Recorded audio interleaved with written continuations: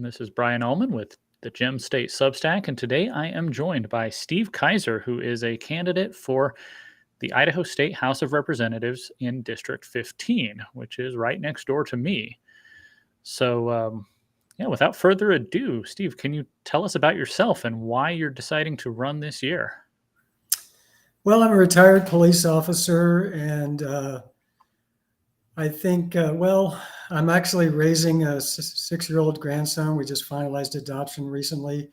So I'm looking at life not only as a grandparent of 7 children, but also a parent of 4 adults and 1 6-year-old, and looking at the future of Idaho. And been in Idaho for a little more than 5.5 years, and came here for all that Idaho has represented for a long, long time.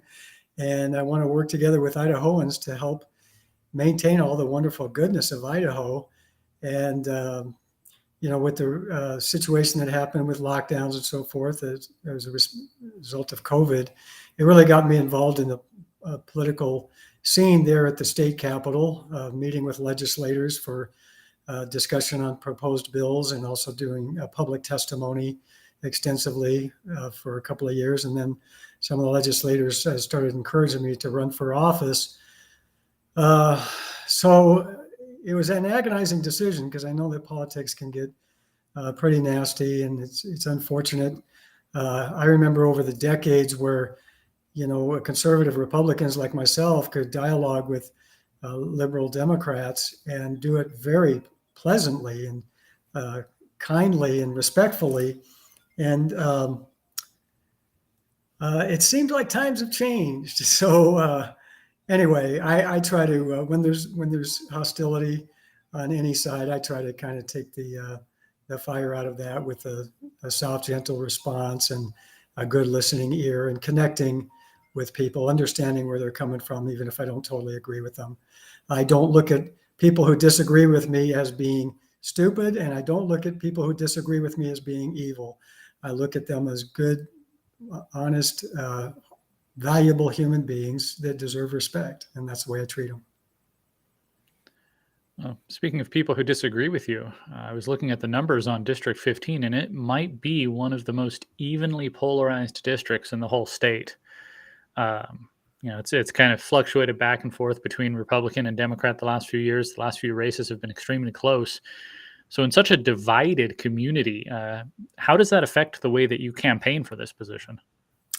I don't think it affects the way that I campaign. My campaign would primarily be interacting one-on-one or small groups with voters, and letting them see my heart and letting myself see their heart, and finding lots and lots of common ground. And I've been a conservative Republican my entire life. It's based on my life experiences and the information that I've been exposed to, and the people that I've associated with most closely. Well, people who disagree with my politics have different life experiences, different people they connect with, and different sources of information. And so if I listen to them and understand them, I will recognize that they have good rationale for their positions, and they can see my rationale. And sometimes we move a little bit in one direction or the other, but especially when we're focusing on our common ground. So my political strategy is to find that common ground and say, let's work on the common ground. I mean, one example is, safety at the schools. A top priority in all of our lives as parents and grandparents is the safety of our children. And so, some people might think the answer to that is to infringe on the Second Amendment and remove certain types of guns and ammunition from society. That wouldn't be the conservative perspective that's pro Second Amendment, like I am as a retired police officer. But on the other hand, they wouldn't be willing to arm all the teachers either, but so we find common ground in talking about things like, well, what kind of technologies can we put into the schools? And we can both agree that improved technology can help keep kids safe. So Anyway, there's not just one solution to a problem. There's many possible solutions. And very often, if we really work together and not let ourselves become so divided, we can find common solutions to common problems. It must be a tough line to walk to find common ground with people on the other side of many of these issues, while at the same time presenting yourself as an alternative to the other party. I was looking at the numbers. Your opponent, he's been on the ballot every year since at least 2010. That's as far back as the list I was looking at went. He kept trying to win, and eventually he did win. But he only won last year by 600 votes. So he's is a very tenuous thing. How do you think the voters of District 15, even the ones who may not consider themselves Republican, do you think they're ready for a change? Well, very much so. They're concerned about inflation. They're concerned about basically more or less a lack of border control right now. And the thing is, when I get past initial reluctance to connect hearts with people who strongly oppose some of my politics, once we get past that, we start to find out that we share a lot of common ground. There may be people that, in a sense, pride themselves on being very, very inclusive, but they don't always necessarily see that those on the other side are also very, very inclusive. And that doesn't mean, being inclusive doesn't mean that we'd want to open the borders to all people who happen to cross. And so when I talk to people who are progressive or liberal or far left, they're not really in favor of completely open borders. So we find common ground. It's not hard to find common ground. A couple of issues that are big on my heart right now that are going to get bigger and bigger for Idahoans in the not too distant future is what's going to happen to Idaho water, because a lot of people outside the state, a lot of major corporations are interested in our water, and what's going to happen to the small farmers, what's going to happen to agriculture. And those are two major issues where we could definitely find common ground. I consider the Constitution first when I analyze a bill, but then I consider the Republican platform as well. But there's a lot of ways where we can work together without violating our basic political principles. Yeah, I see some of the Democrats, especially in more red districts, are trying to do the same thing. They're trying to find common ground on issues like water and agriculture and things that are important to Idaho.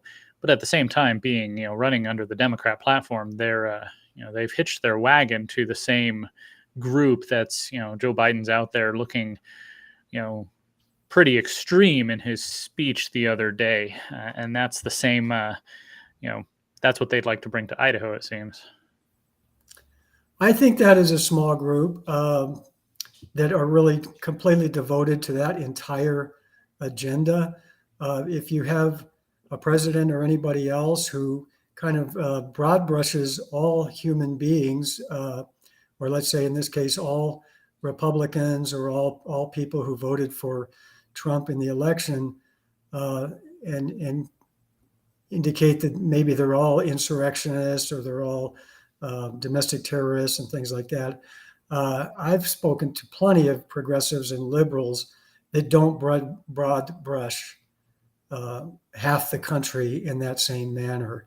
And they do recognize that they do know conservative Republicans that they respect and highly regard. And once they see into a good-hearted person's heart, they get past that kind of extremist talk and extremist thinking. I can definitely see how people who might normally vote Democrat are watching the stuff at the highest levels and saying perhaps they don't want to be a part of that, and maybe they'll vote for people here on the ground who are willing to listen to them. Yeah, absolutely. And, the political pendulum shifts back and forth throughout the years. The voters nationwide tend to look for to support a candidate that does not appear to be overly extreme on either side. Any candidate, in order to win, is going to have to get 50% of the votes plus one. So I think anybody that's goes to too extreme is going to have a hard time getting more than 50% of the vote. President Biden presented himself as someone who would unite the country, and I think a lot of people got behind him on that message, and that's not the case in what we've seen and heard recently. But that would be part of my message too. I'd like to see the Republican Party itself better united. Again, we have the far right, maybe leaning a little bit progressive, and everywhere in between. And if we listen to each other, do the active listening, where you can say back to them what you think you heard, and get corrected where you misunderstood. And again, seeing through one another's hearts. I know that 95% of the people that we come across really do, at their core, have good hearts, and they want all the same goals. They just have different ideas about how to get there. And one way to not get there is through this divisiveness and this hostility and the insults. And we've seen it so much on social media, people losing friendships over poorly chosen words and some extreme communication, and being united. I know the enemies of America would love for us to continue down this road of increased divisiveness and hostility toward one another, but we are not one another's enemies. The liberal Democrats are my friends. I've had, I spent a long career in law enforcement around professionals who have mostly conservative politics.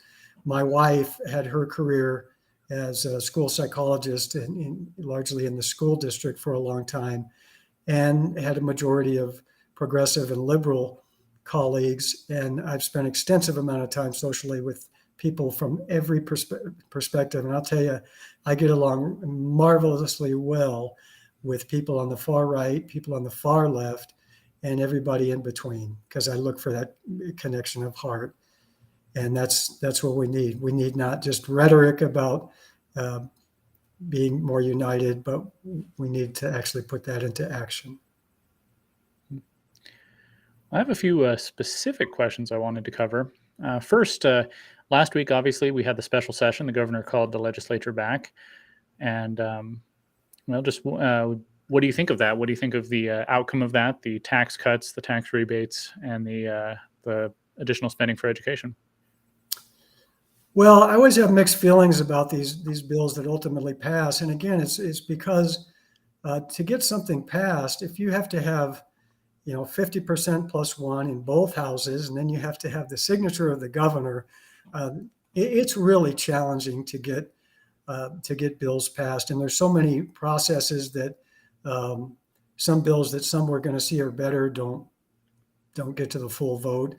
It's a tough challenge, and the practical reality is you usually have to involve some compromise and accept something that's imperfect. And so often I would be approached by somebody after my testimony on a bill or small group discussion, to talk to me about the imperfections of a bill. And I could usually say to them, I really get your point. It's a very, very valid point. But to try to pass a perfect bill is so nearly impossible. And I kind of have to weigh the evidence, pro and con, yes or no, and see how the balance comes out. And if the bill is more beneficial than some of the downsides, then sometimes we accept it. And I see that specific bill in the same way. I think tax breaks are extremely important. It's a big part of my campaign.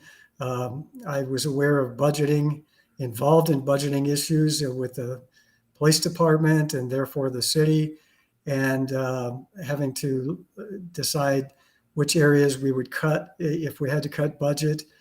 And so I'm aware too of extreme government spending and waste, and the message being put out to different government entities, use it or lose it. If you spend it a little bit wastefully toward the end of the fiscal year, that's okay, because we got to make sure we spend it all so we don't get cut back next time. So I do like the tax benefit side of it. It's overall, again, it's that part of it's not perfect, but it's helpful to give a tax break. I think citizens are overtaxed.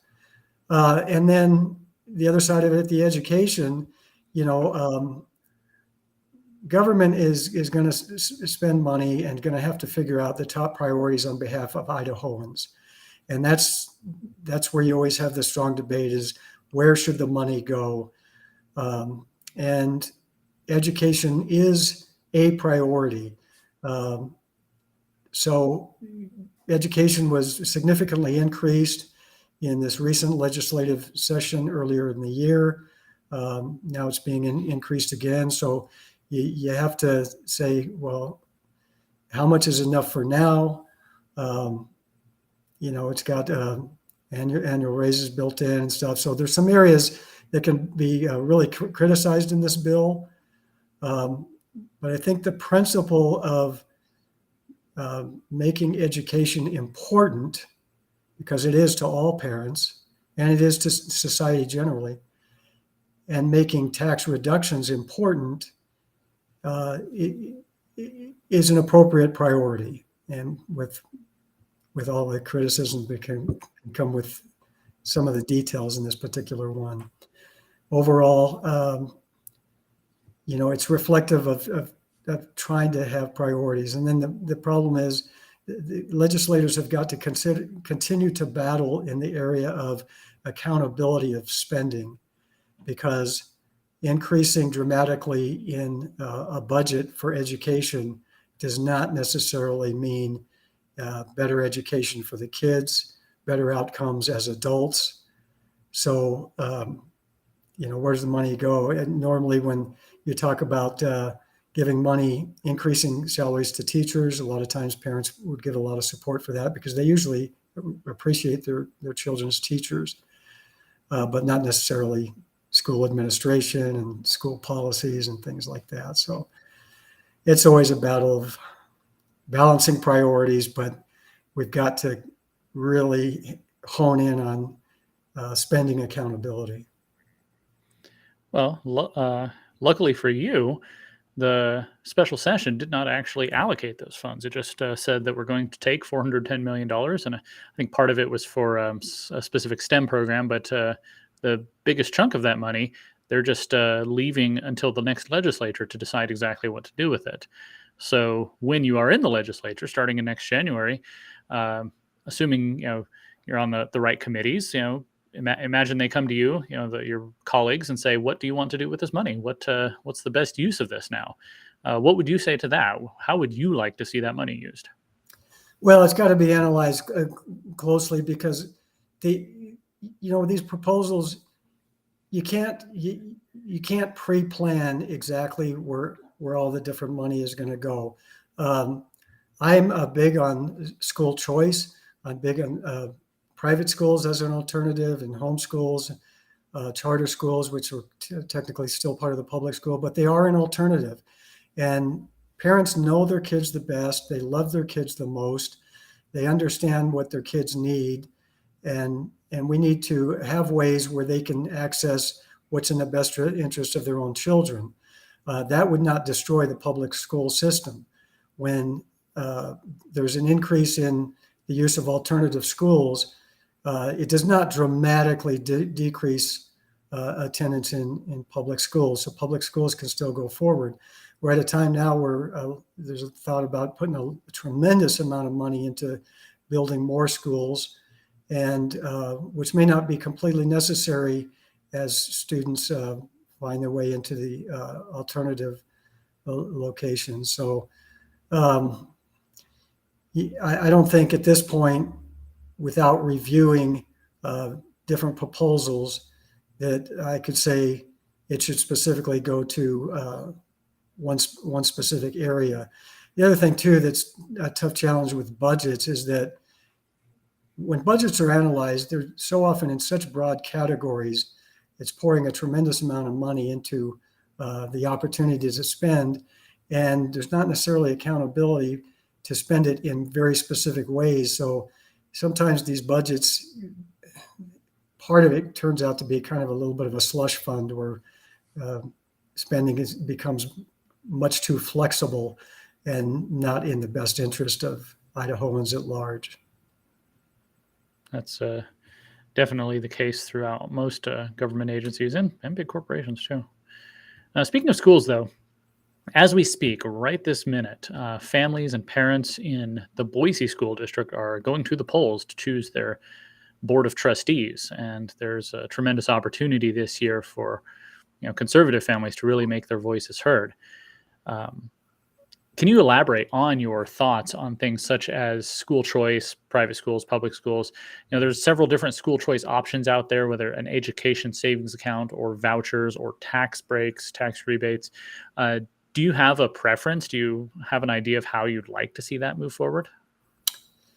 Well, a certain amount of tax money has got to follow the child. And a lot of people I talk to see that as not a detriment to the public school systems, but actually ultimately a benefit because it holds them a little bit more accountable to improve what they're doing in the best ways they possibly can, because it's open competition, and conservatives seem to follow the principle of, competition is good for all of society, and it would certainly be good in the educational system, because if the parents are using alternatives, but they start to feel like the public school is the better choice for their kids, they're going to take them right back into the public school system. They're going to go where their kids are going to get the best education.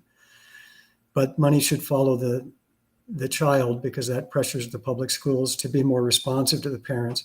There are a number of decisions that come down on the school districts that come from the federal government that are disappointing to a majority of parents, and parents need to have a voice in the curriculum. If they feel like they're heard and that the public schools are responsive to their concerns, they're more inclined to stay with the public schools. But if they don't feel like they're heard, and if in large numbers they feel like certain aspects of curriculum are forced on them that they're very uncomfortable with, they'll find these alternatives, and I'm a big proponent of all the alternatives, but it's a matter of responsiveness to the parents and letting the parents decide what's in the best interest of their children. A lot of parents are very concerned now about what kind of medical decisions would their children be allowed to make without the informed consent of the parents, and to have those kinds of decisions made without parental involvement is very upsetting. And I'm a big proponent of parents having the decision-making power in medical decisions for their children. Mm-hmm. Yeah, there's a sense, I think, with some in the public school system that our children belong to them. It's definitely an attitude that we need to push back against. Just because we're funding these schools and the majority of students go to them does not mean that they necessarily get to make all the decisions in lieu of parents. Right, exactly. And that's an issue that's very upsetting to parents, because they know that they are the parents and they should be in control of the decision-making for their own children. They know it's in their best interest. They love them far more than a stranger can, or even a loving and caring and honorable school teacher who's with them all day. It's still got to be in the hands of the parents. So I want to switch gears here a bit. Tax relief. Everybody wants tax relief. We want to cut taxes. We want to, bring them down as low as possible. But it seems like the priority of the governor and some of the legislative leadership over the past few years has been income tax relief. And in fact, that's where they went in the special session. But I'm also hearing, I see on your literature, you want income tax, property tax relief, and a repeal of the grocery tax. which of those would be your priority? I know there's some options out there to completely reduce or completely eliminate property taxes, but it might come at a cost of a slightly higher sales tax. So if you had to prioritize when you're in the legislature next January, what are you going to try and tackle first as far as tax relief? Well, I like personally the repeal of the grocery tax as a priority, because the groceries, that's just to sustain life. And I know that it could involve sodas and donuts and, foods that are not very healthy. But overall, every human being has got to sustain their life and their health through the use of groceries. And I have a little bit of a heart tug moral issue with the government going after that area in taxation. I believe only 17 states do that. And apparently in California, they're going to implement some kind of taxation on fast foods or something. They're doing some tax increase again. But whether it's income tax or grocery tax or property tax, or the many, many, many different types of fees, gasoline tax and so forth. The one reason why I look at the grocery tax as a priority is because that's to sustain life and health. Property tax has a justification for reductions as well, because people do get older through the years, and people feel like they've found their final life situation, and we don't want them when they're on fixed income to potentially lose their home or struggle to give money to the government at their own potential economic peril. So that might be a second concern. But when I hear the arguments pro and con for taxation in the different forms, the main thing seems to be that the use tax, if you're buying lots of goods and services, then you get a little bit of taxation out of that through a sales tax, non-grocery. So that seems to kind of be accepted as a more just form of taxation, or certain kinds of fees where the person who's getting the direct benefit from the government service is the one who pays the fee for that service. And doesn't fit into the same category as like a distribution of wealth, which a lot of taxation does. But when I hear the arguments pro and con on these issues, you find out these taxation issues are really they're pretty complex, and they need a lot of analysis. And you got to, again, weigh the evidence of the arguments on both sides or multiple sides, and you've got to measure credibility of who's presenting the information and how accurate that information is, and the sources of their information. And sometimes the sources disagree on the facts. So it's a tough challenge. But overall, the bottom line for taxpayers is that they need relief. And a lot of taxpayers I've spoken with, they kind of don't care specifically where that relief comes from. They just know that they need economic relief. And another interesting thing about this grocery tax part of it is that as we're facing an increase in the cost of groceries, then that's an increase in the taxation of the groceries, and that's more money to the government and less money to struggling families. And it just doesn't make sense to me. That money needs to be back into the pockets of people sustaining life and health through groceries. One of the arguments I've heard in favor of keeping the sales tax on groceries is that the government does give you a credit, a tax rebate when you file your income taxes for groceries. And for some families, it actually is more than the taxes they paid. Whereas if you got rid of the tax, then people, tourists and travelers and, long haul truckers coming through the state who would normally be contributing to the coffers of our state would no longer be so. Do you think that's a reasonable argument, or do you have a response to that? I think it's a very reasonable argument. It's a good argument. It's valid. I just don't think it's the strongest argument. The people that visit Idaho and buy groceries, they are buying groceries to sustain life and health for themselves and their family members as well. So, it's different from having a hotel tax where vacationers pay a little bit more and contribute to Idaho because they're enjoying the benefits of what a wonderful state we have here, which is much more fair than taxing them on groceries. So I acknowledge that it is valid. It's a good argument. I just don't think it outweighs the tug at my heart that the groceries are not the right option for taxation. And there are other alternatives. Switching gears over to law enforcement, on your flyer, which I have right here in front of me, by the way. Well, that's great. Thank you for showing that.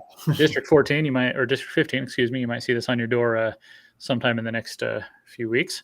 Anyway, you say Steve Kaiser. That's good. Say liberty with law and order. So I was thinking about this. Republicans generally back the police, and we really push back against the defund the police narratives or the ideas that the police are, just systemically racist or they're brutalizing people. And we push back on that. But then you see things like, police arresting people for breaking quarantine that the government has imposed or for not masking up. And then the FBI just a few weeks ago raiding the former president's home. I think there's some dangerous precedents being set there. So how do you continue to support law enforcement and maintain public safety and law and order while also protecting our rights from a government, especially a federal government that's growing ever more, I don't know, could almost say tyrannical?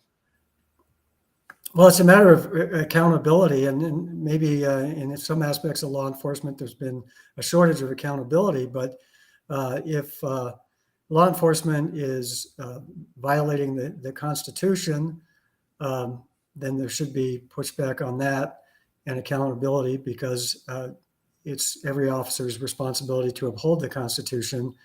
If they are unreasonably enforcing not laws, but some rules and regulations, we are law enforcement officers, not rule enforcement officers. Someone had suggested, why don't they make a law against someone who cuts in line at the theater, or cuts in the food line, or cuts in the ladies' room bathroom line, or something like that. You can make all kinds of potential laws, and when the state legislature makes laws and makes punishments associated with those laws, we expect law enforcement to enforce those laws.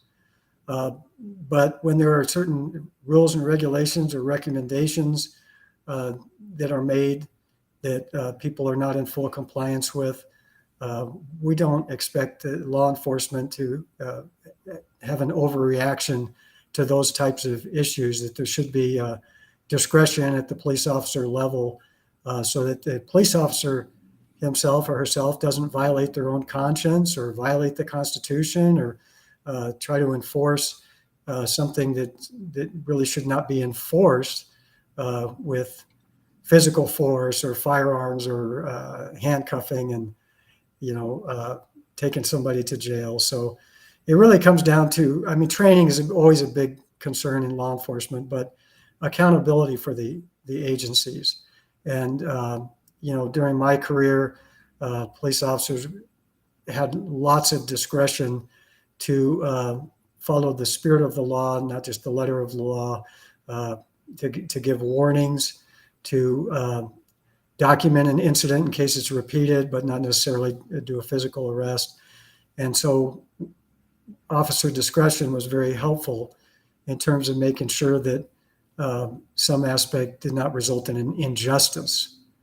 And but it's still a matter of holding agencies accountable for the actions of the individual officers. You mentioned how your law enforcement officers, not rule enforcement officers, is, I think, a good demonstration of the distinction between, say, your local police or your local sheriffs. I would not.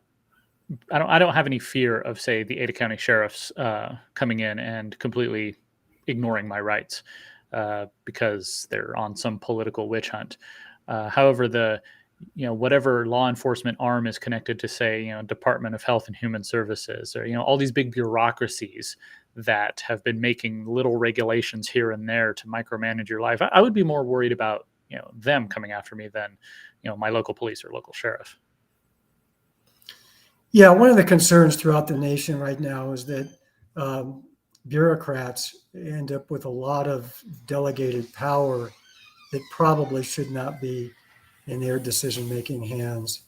And so we did see that over the past couple of years, where all of a sudden all these rules and regulations that seem so out of place, where somebody who's out in the ocean by himself and then comes out onto the beach to be submit to arrest, and the only people out on the beach is one violator of a rule, and several officers. And same thing with a man who was, playing at the park with his daughter or something.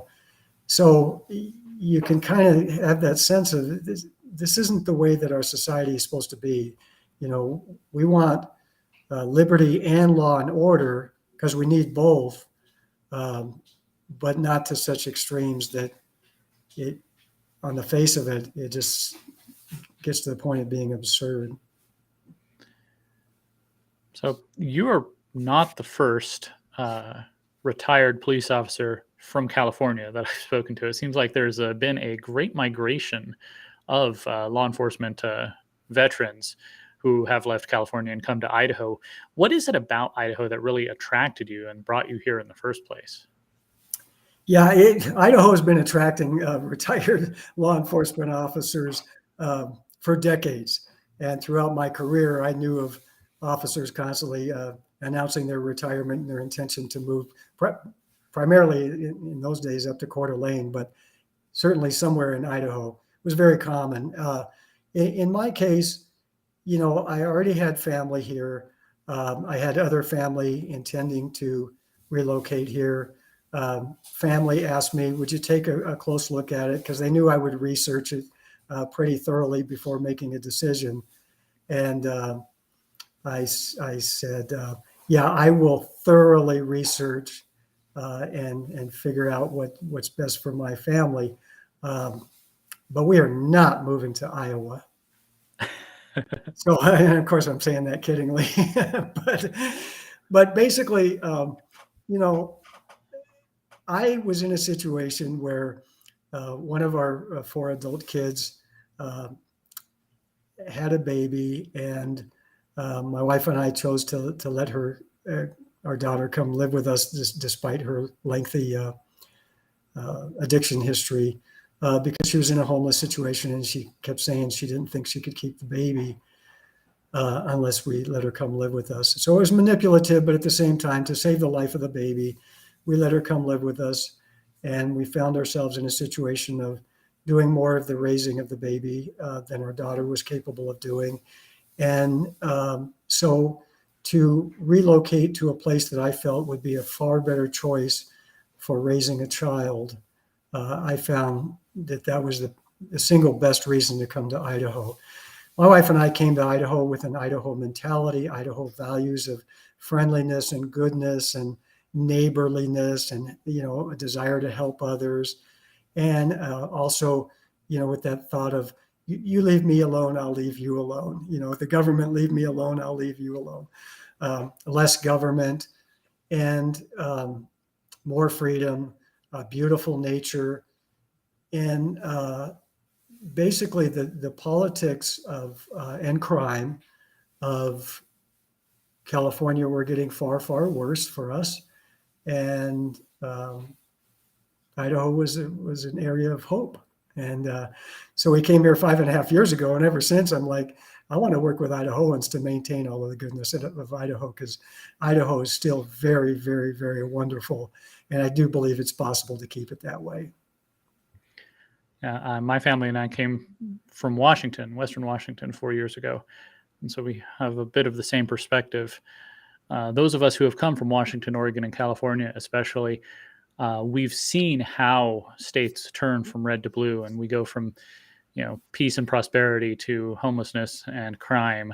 And, you just see the breakdown of society, and we've seen it happen. And so we have some hope of coming here, I think, and, preventing that same thing from happening here. Absolutely. And that's what we want to do. And that's really the reason that I wanted to get in the legislature. I think Idaho laws are really good. They've been extremely beneficial to my family, having gone through some situations with our daughter who came with us when we were bringing her son in her at the same time. I think the legal system here is far better than what we would experience in California, and every aspect related to becoming foster parents, temporary guardian, legal guardian, and now having just finalized adoption. The system has been so favorable and so just for us. And I know there's imperfections. I know there's plenty of room for criticism of any governmental system. But, I'm relieved to know that Idaho is far better than where we came from. And the legislature, for the most part, is working very, very hard to keep it that way. And the legislature itself needs some other real solid conservatives who stick to the Republican platform and priorities and traditional family values to keep the fight to maintain this wonderful goodness. As we think about how to keep it that way and how to prevent Idaho from going down the way of the 3 states on the coast, I was thinking, you've talked about homelessness and addiction, and how you have a personal experience with those things. The leaders out there in Portland and Seattle and Los Angeles and San Francisco, they seem to be responding to these problems by enabling them. People are addicted, so we're going to stop prosecuting them. We're going to give them, free needles and basically, give them everything they need to continue their habits. And homelessness, the best way to combat it is just to allow them to build these massive tent cities, on city blocks. And you can see, some hints of that coming to Boise, where, Democratic leaders, they look at what's going on over there and they think that that's the way to solve the problem. And if we're not careful, it's going to come here too. So how do you actually solve these issues? How do you combat homelessness and addiction and, crime in a way that keeps Idaho the way, what it was that attracted us here in the first place? Well, first of all, if you don't mind, I want to do a shout out to Prosecutor Jan Bennett, who's running for re-election, because I've heard a lot of her presentations, and I've had a chance to meet with her in person on a number of occasions, and because of a situation with my daughter. And I think Idaho is doing a great job in that area, because there is firmness, there is consequences, and but it's graduated. And so if somebody comes in with almost no criminal history, the punishments are reasonable and light, and probation is offered. And it's a graduated punishment system, which I think is really, really great and appropriate, because there's a second chance, third chance, fourth chance, fifth chance, but it's always with an increased punishment each time. And there's a real sense of consistency there. And that's what the justice system needs is, swift punishment when you can get it. So you'd want a swift arrest, a swift prosecution, a swift penalty, but with the right amount of compassion to understand that people do get their lives on track at some point. But when they understand that every time they come back in the system, the consequences are going to be greater, that's a good message to get across. I did not see that in the state I came from. I saw really strong cases of not being prosecuted at all. I saw people being let out of jail way too early for the seriousness of the crime. And it was so constant, it was like a plague. Very discouraging to law enforcement officers who have their felony suspects released from jail before they finish completing the reports. So that's part of it, is consistency. swift justice, knowing what the consequences are going to be, and having those consequences be very sure.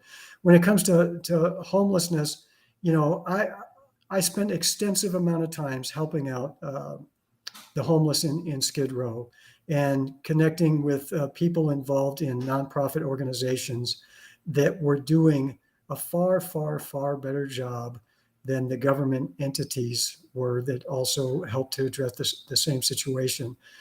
The generosity of the American people is amazing in terms of their willingness to pitch in, to help personally, to bring food and feed the hungry, to give very generously to nonprofit organizations that are helping people directly and helping the right people, because these are people that know the people in need.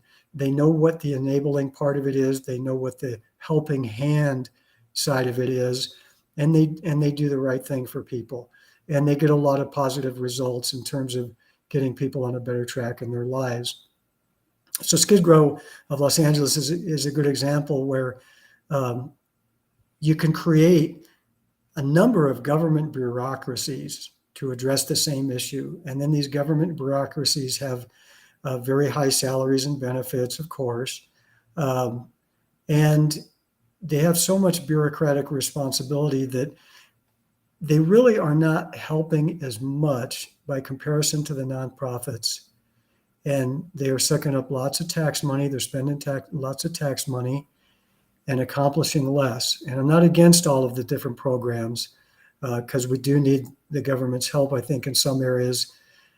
But so much money gets poured that direction that could go to the nonprofits. and those nonprofits are doing a magnificent job in Los Angeles. And I think there's a perverse incentive that's created when government agencies, government bureaucracies get involved with things. For example, the government agency that say manages food stamps, they measure success by how many people are on food stamps, which is not what we want to see. We want to see fewer people, but then they'd have to justify their own existence. So I think when you have a government agency that's trying to combat homelessness, it's only going to incentivize homelessness in the end. Whereas nonprofits might have the ability to really try and help the people directly. Right. If a lot of the homeless, they get their monthly checks for a lot of them, it's, in the ballpark of $1,000 a month, and they don't spend it on rent and utilities. They don't have the costs that struggling families have. And a big concern in America, and certainly in Idaho, is the working poor. You have people that, are working 2 and 3 jobs. They're barely making ends meet. They're a month or 2 or 3 or 4 months away from the potential for homelessness. Now, they may find alternatives like living with people that they've cared for and loved on for a long time and stuff. Whereas it's sometimes the homeless and the drug addicted alienate so many people and damage so many relationships that they can't find something to fall back on because they've been overly enabled.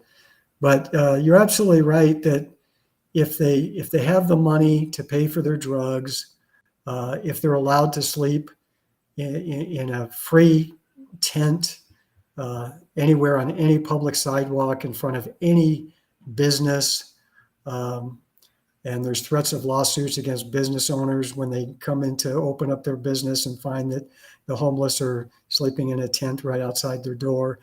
There's so many problems associated because you are enabling by creating the circumstances that allow homelessness to flourish. Mm-hmm. And that's not beneficial to the homeless or to the people around them. And well, hopefully we can maintain our position here in Idaho to not tolerate that and to get people the help they need without enabling them to just get to the point where we're incentivizing homelessness and addiction, which I think they've crossed that line in places like Portland and Seattle and San Francisco. Yeah, and certainly Los Angeles as well. So switching gears again, I think all Republicans in Idaho call themselves pro-life. So that's not a really big distinction on the right. However, now that the Supreme Court's overturned Roe v. Wade and the issue is returned to the states, now it's more, we got to do more than just say we're pro-life and hope that they'll eventually overturn the decision. We actually have the ability to get things done. And we've got the heartbeat bill and the trigger law that are both in place now, although they're tied up in litigation. What do you think of those laws specifically? And would you like to see anything further done regarding abortion? Well, I think it's just an absolute tremendous victory to reverse Roe v. Wade and leave it on the states. Again, the legislation in the legislature requires 50% plus one in both houses in the signature of the governor or an override, and that's pretty high standard. So you're not going to normally get perfect bills. From a moral standpoint, you might feel like there should never, ever be any abortion in the future of humanity again. But, we've lost ground on a lot of Constitution issues, little by little by little over the years. And when we can have a big win, like this reversal of Roe v. Wade is certainly a very big win. And fortunately, Idaho was ahead of the curve on having a law to come into place in case that were to happen. The big wins are wonderful, but sometimes we just have to take it in increments and get what we can while we can, and improve society, bring more justice. They say the wheels of justice turn very slowly, which is usually the case. And if we can increase a sense of justice and reduce the amount of injustices in increments, we take it in increments when we have to. And that's the way I see the current status of the pro-life situation. When my mom, when she got pregnant with me, she already had a little baby in her arms. She knew that her marriage was over, and she desperately did not want to be pregnant. And so when I was a young child, she was very open with me. We were a very close-knit family of three growing up. She didn't remarry during our childhood years. My brother was just a little bit older than me. And so she admitted to me that she had, really tried to provoke a miscarriage. And I grew up very, very, very strongly pro-life all my life, knowing that I would not have existed if it weren't the law that ultimately protected me. I was in my 50s when I found out from my aunt, and it was after my mom had passed away, that not only had she done some things to her body to try to provoke a miscarriage, but she had actually gone to an illegal abortion location. And my aunt went with her. And ultimately what happened was, for some reason, a very good-hearted nurse who was an employee of that abortion place went in to have a one-on-one with my mom and talked her out of the abortion. And one of the things the nurse had mentioned to her was that, you do have family members that love you and want to help support you. And so I grew up with not only a strong pro-life position, which I've maintained ever since and always will, but at the same time, a real sympathy to mothers who are in that plight and they're not seeing their future as even possible to care for a baby. So we really, really have to step up as a society, as churches, as just people who care about humanity, to do what we can to support pregnant women and encourage them and help them to see that they're going to make it. And once they meet their baby, they're going to love their baby. And if they're that desperate, they also have the option to put that baby up for adoption. And there are so many parents who would love to adopt a newborn. My daughter's even pregnant again right now, and we're making family plans to have that baby adopted. But we just have to really, really be committed to this. We can't just be totally selfish and into ourselves and say, we don't have any responsibility to help the poor, to help the homeless, to help the hungry, to help widows and orphans and pregnant mothers who are very desperate. We have to take it upon ourselves to help humanity. And until we do that, we don't really have a reasonable solution for people's desperation. That's an incredible story you have, and can't help but think of the pro-abortion protests I've seen, where people get very crass and very angry, but they, I'm not sure they've ever understood the issue at a level that you would with your personal connection to it. Yeah, it is very deep and personal, and it does drive a lot of my motivation in life to try to help people in need. That's why I've been very committed to helping the homeless. And so often it's not just a matter of giving food to the needy. It's a matter of connecting hearts with them. A lot of people will go to a Skid Row type area and they'll give out the food, but they won't sit and converse and connect hearts with a homeless person for 20 minutes or an hour or whatever it is. And it's the same thing with a desperate pregnant mom. She not only needs resources, she very often needs relationship and really connecting the heart and that encouragement. Because, when we know a baby or we know a child and see how adorable and cute they are, and it gives us just such good feelings inside just to be around them. And I experience it even more now as a grandparent. Children are so wonderful. When we know them in person, it's abhorrent to think that we could have ever taken their life before it started. And so when people capture that understanding that every life is valuable and every life has a good hope and a good future. My mom also had gotten addicted to heroin when she was a teenager, and that created a lot of problems for her. And she always was at least mildly addicted to pills and alcohol throughout her life. But she got set free. And one of the things that she did for me was she always made me feel loved. And she was capable of that despite her other problems. And she always made my brother feel very loved. And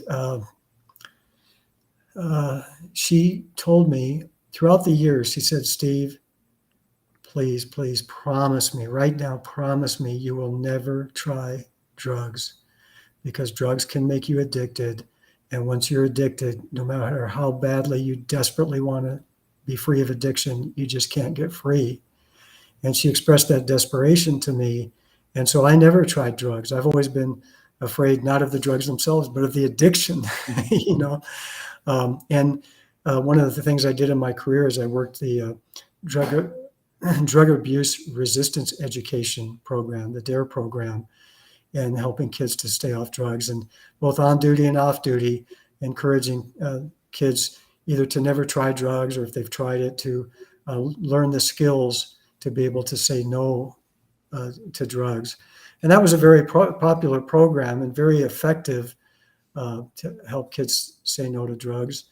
In fact, I ended up getting invited by the United States State Department, their public relations arm for them, to go and teach law enforcement in Brazil about the DARE program and its effectiveness, and help get it started in the police agencies there, such as Sao Paulo and Rio de Janeiro. And they called me like 18 years. Well, I went on 3 trips for several weeks, and they called me like 18 years later and said, "Can you come back? We want to honor you for what you got started here." Because they said something like, 20 million children have been exposed to the DARE program over the past 18 years. And I wasn't able to go at that time in my life. But this message is an extremely important message. When you mention about addiction and what are the solutions, everyone knows prevention is the number one solution, because breaking free of addiction once you're in it is so extremely difficult. And again, there's so many wonderful 12-step programs. I've been with my daughter to many, many, many of them. And I've heard so many heart-touching stories about the victory that people have gotten. And sometimes they're talking about, I've been sober for 1 day or 1 week or 1 month, and some of them 15 years, 25 years and more. So we have the answers at our fingertips, and it's within humanity. Government entities can play a helpful role in that, but that's not the only role, because really the answer is in humanity and in working together in relationship and loving one another and encouraging one another to stay strong and say no to drugs. I think high level, big picture, if we can create a society, create the conditions for a society that offers an alternative to the hopelessness of addiction and everything that lifestyle represents, I think that's that's a reasonable goal for a government, for a legislature.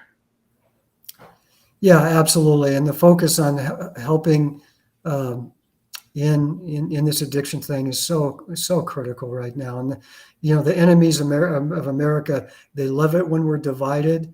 They love it when we're addicted, and they love it when we're distracted away from devoting ourselves to helping humanity or helping our own government to improve its services. And so we all have our own little niche. We can't do everything. I feel on my heart that for this time of my life, it's kind of a calling on my life to get into the legislature, work effectively with those from the far right to the far left, because we need each other, and we have to work together to get things done.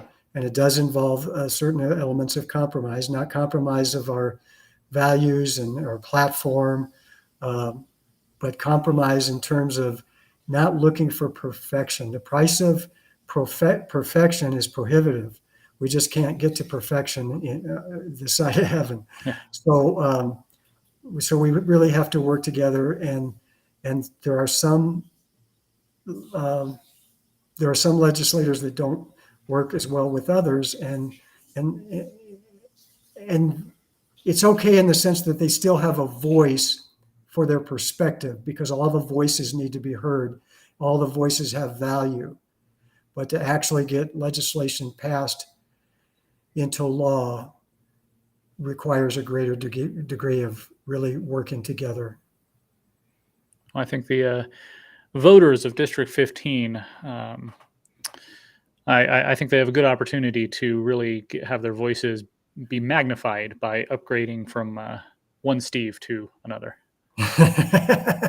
Well, thank you so much. And there are 2 Steves on the ballot, so I hope they'll remember the name Steve Kaiser. People see that it's spelled Keyser, so it's got 2 E's in it, which is a very unusual spelling. And they'll ask me how it's pronounced. And do I have a minute to tell you a little story about my family? So my dad was adopted. His mother had problems too, just like my mother did. And so he was adopted when he was about 6 years old, just like we've just adopted our 6-year-old.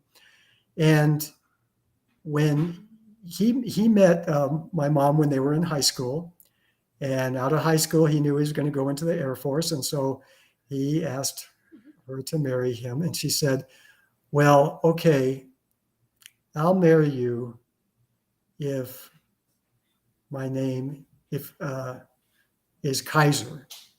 If you want me to be a Keyser, then I'm just going to remain a Pedersen. And he said, well, you mean Peterson. It's a true story, and it's spelled like Keyser, but it's pronounced by my mom and by myself as Kaiser, but either way is good. Just remember which Steve I am. Definitely. Well, I appreciate you taking the time to talk to me, and I hope that those who watched it live and who will be watching this later will get something valuable out of it. And I look forward to getting to see you in action more over the next 2 years. I'm very thankful for the opportunity.